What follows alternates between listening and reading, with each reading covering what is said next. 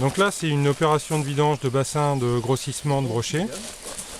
Donc on a ouvert hier soir le dernier bassin, de manière à ce que les brochetons dévalent dans la pêcherie qui est à côté.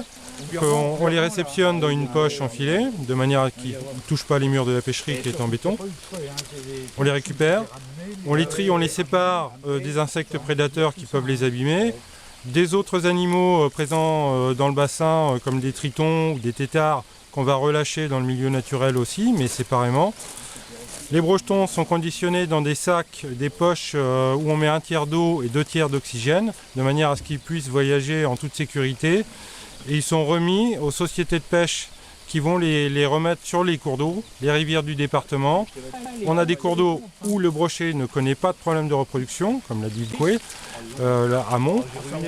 Et par contre, on a des cours d'eau où on sait que le brochet a du mal à se reproduire. Et c'est là plutôt qu'on destine ces lots d'alevins pour compenser, pour soutenir les populations de brochets locales. Donc c'est des opérations qui se déroulent de nuit, parce que le petit brochet est très craintif.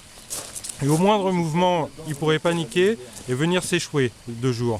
La nuit, il est tranquille, il y a très peu de mouvement autour du bassin. On fait très attention à ne pas faire de bruit et pas de lumière autour du bassin. Il se sent en sécurité et il suit le mouvement de dévalaison des eaux. Et il arrive donc tranquillement dans la poche où on le récupère. C'est une poche en filet qu'on réalimente aussi avec de l'eau claire et oxygénée, de manière à les calmer, à les déstresser et éviter aussi le cannibalisme, puisqu'ils peuvent avoir des réactions de cannibalisme à cet âge-là qui sont importantes, où on peut perdre beaucoup de poissons en une nuit rien que par le cannibalisme.